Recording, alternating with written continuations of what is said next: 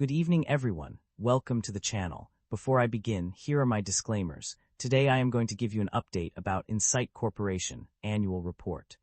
Incyte Corporation is a biopharmaceutical company that offers a diverse range of therapeutics for various diseases.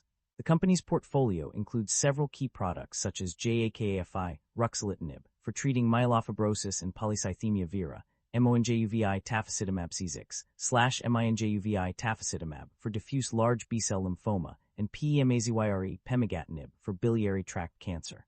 Additionally, the company offers ICLUSIG, ponitinib, for chronic myeloid leukemia and Philadelphia chromosome-positive, acute lymphoblastic leukemia. Incyte Corporation also has a pipeline of clinical stage products in development, including INC-123,667, CD-CATWO for ovarian cancer, INC-161,734, KRASG12D for various cancers, and ruxolitinib cream for mild to moderate hidradenitis suppurativa. The company is collaborating with Genesis Therapeutics, Inc. on some of these products. In terms of services, the company sells its products to specialty and retail pharmacies, hospital pharmacies, and specialty distributors and wholesalers. This indicates that the company has established relationships with various healthcare providers and distributors to ensure that its products reach patients in need.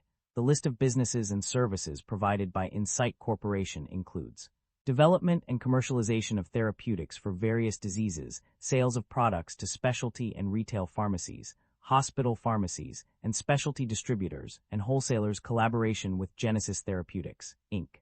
on certain products, research and development of new products through its pipeline of clinical stage products. Overall, Incyte Corporation is a biopharmaceutical company that offers a range of therapeutics for various diseases and has established relationships with healthcare providers and distributors to ensure that its products reach patients in need. Incyte Corp's stock price has experienced a significant surge of approximately 44.89% over the past year, driven by a series of positive news events related to its product pipeline, regulatory milestones, and strong financial performance. One key factor contributing to this rise is the positive Phase 3 results for tafasitamab, MONJUVI/MINJUVI, which met its primary endpoint of progression-free survival and a key secondary endpoint of event-free survival in treating diffuse large B-cell lymphoma. This breakthrough has provided investors with renewed confidence in Incyte's ability to deliver innovative treatments. In addition, the company's strong 2025 financial results, with total revenue increasing by 21% year-over-year to $5.14 billion, have also contributed to the stock price increase. The robust demand for its core products, Jakafi and Opzelura, has driven this growth, and Incyte has provided optimistic guidance for 2026, projecting continued growth in net product revenue. Furthermore, regulatory approvals in late 2025, including European and Japanese approvals of MINJUVI for relapsed or refractory follicular lymphoma, have also boosted investor confidence. The positive CHMP opinion for Zynyz retifanlimab has further solidified Incyte's position as a leader in the development of innovative treatments. The launch and uptake of Niktimvo, a treatment for chronic graft-versus-host disease, GVHD, has also contributed to sales, recording $56 million in the fourth quarter of 2025. Analyst endorsement from TD Cowen, who maintained a buy rating on Incyte stock and raised its price target from $101 to $128, has further fueled investor enthusiasm. Overall, these positive news events have collectively contributed to the significant increase in Incyte Corp's stock price over the past year, providing investors with renewed confidence in the company's ability to deliver innovative treatments and drive growth. Incyte Corporation market capitalization of $20 billion is significantly larger than the average industry peer of roughly $2 billion.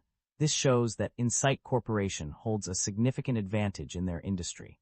Incyte Corporation trades at a higher price-to-earnings ratio of 16 times and a higher price-to-book ratio of 3.82 times relative within the industry. This makes the stock appear much more overvalued compared to its peers. However, the broader industry is also trading at elevated valuation levels, suggesting sector-wide optimism rather than company-specific overvalue. Investor should evaluate if the stock is worth its premium price. The company maintains a moderate leverage profile, with liabilities making up 37% of total assets, suggesting a balanced approach between risk management and capital efficiency. Liabilities have grown faster than assets and equity, which is somewhat concerning. However, asset growth remains positive, suggesting management may be temporarily leveraging liabilities to fund expansion. Shareholder equity has weakened over the past 5 years, accompanied by declining or negative operating income. This suggests the business may be eroding shareholder value and warrants caution. The company has consistently reduced its share count, while revenue and equity have grown, indicating disciplined buybacks that enhance long-term per-share value. The income statement shows that the company have been growing its revenue annually, but the operating income have not been increasing. This shows that the business is under pressure with rising cost. The company struggles to cover its interest expenses from operating income while also reporting recurring special charges. This combination suggests weak earnings quality, elevated financial risk, and a fragile business model. The primary drivers of revenue growth or decline in the pharmaceutical industry are multifaceted. Collaboration agreements, such as upfront fees, milestone payments, and royalties on sales of future products, play a significant role in generating revenue. For instance, Novartis received milestone payments for FDA approval and other regulatory milestones. Product revenues are also a crucial factor, affected by factors such as sales allowances, chargebacks, discounts, returns, and co-payment assistance. Companies like Merus and MorphoSys have realized and unrealized gains from their products, while Agenus has experienced losses. Clinical-related costs can impact revenue growth if not managed effectively. Sales allowances, estimated rebates, chargebacks, discounts, returns, and co-payment assistance also reduce net product revenues.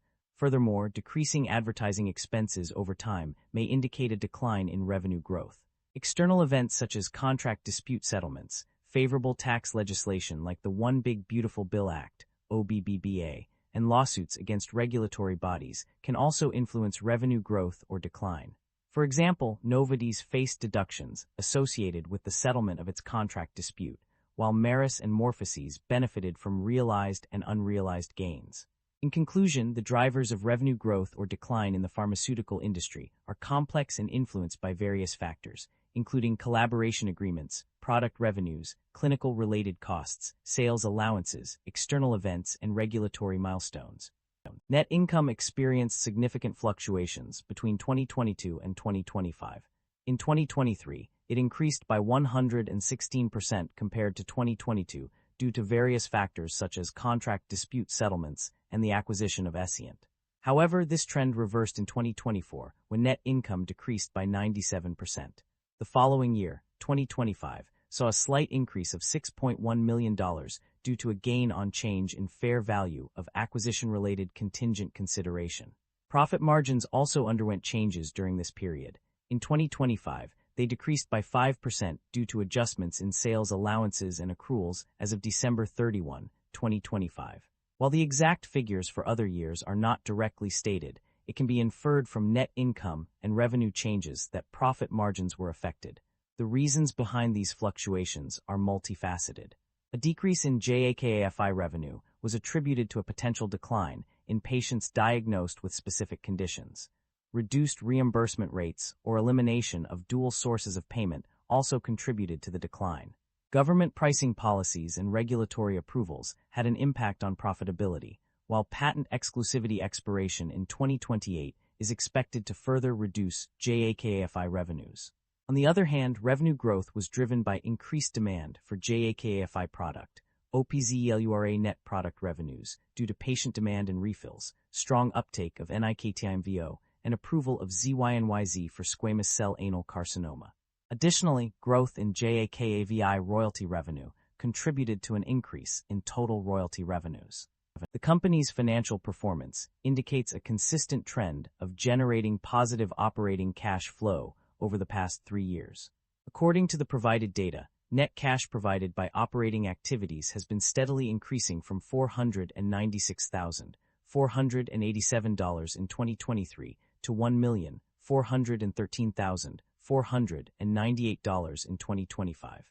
This upward trajectory suggests that the company is effectively managing its operations and generating sufficient cash to cover its expenses. The positive operating cash flow in all 3 years indicates a strong financial position for the company, allowing it to invest in growth opportunities or repay debts. The company's debt level has undergone a notable shift in recent years.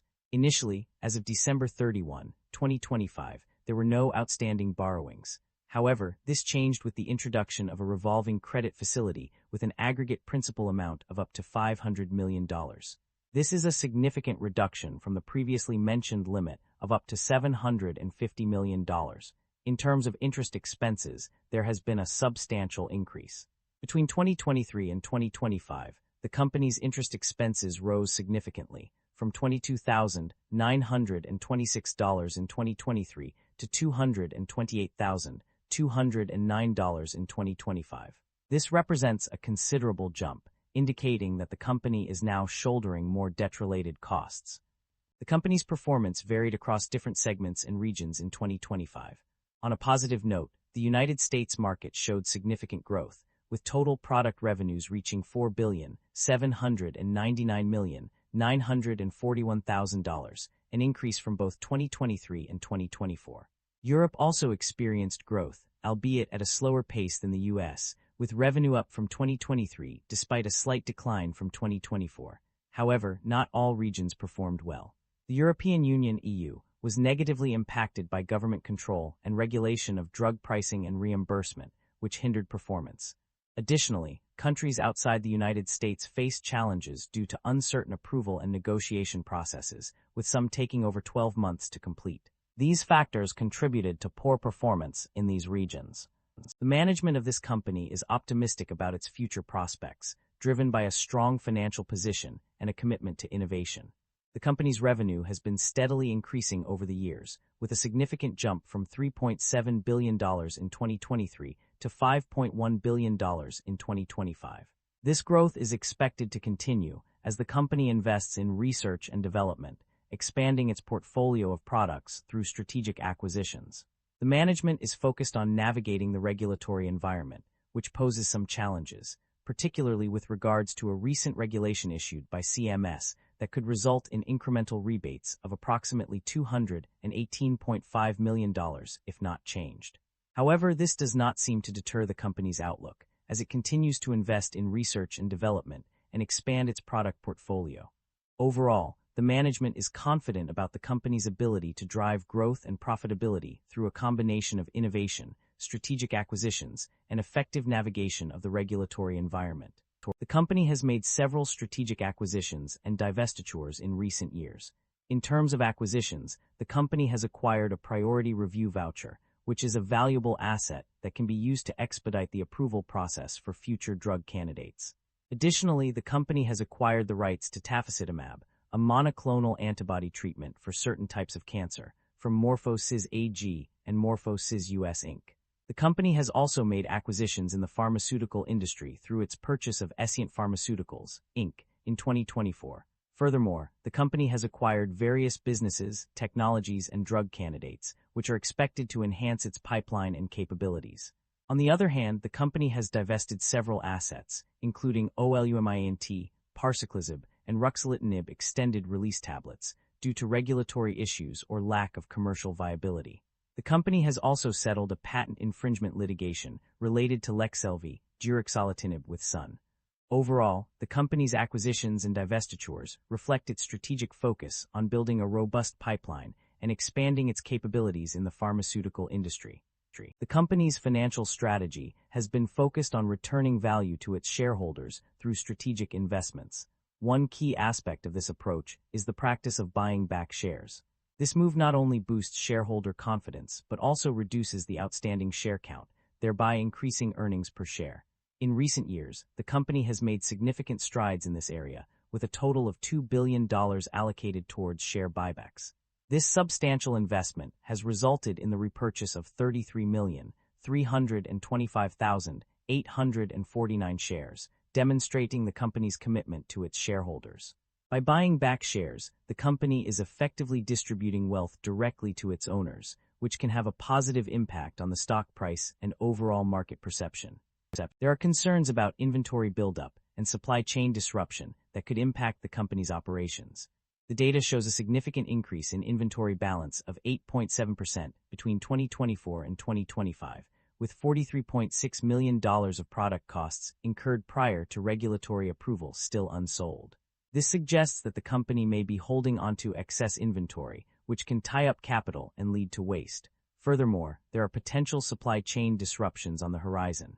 The company's reliance on third-party contract manufacturers poses risks such as equipment malfunction or failure, regulatory requirements or actions, raw material shortages, labor disputes or shortages, public health pandemics, cyber attacks, natural disasters, wars, or other geopolitical events. Additionally, the manufacturing process is highly susceptible to product loss due to contamination or equipment failure. The company's supply chain is also vulnerable to disruptions caused by unanticipated delays or changes in plans or regulatory agency interactions. The reliance on others to manufacture drug products and drug candidates may result in drug supply constraints, delays in clinical trials, increased costs, and withdrawal or denial of regulatory approvals. These concerns are further exacerbated by the limited number of suppliers for inventory components due to technology, availability, price, quality, or other considerations. That concludes the financial summary for Incyte Corporation. Feel free to comment below, and I will be happy to answer them when possible.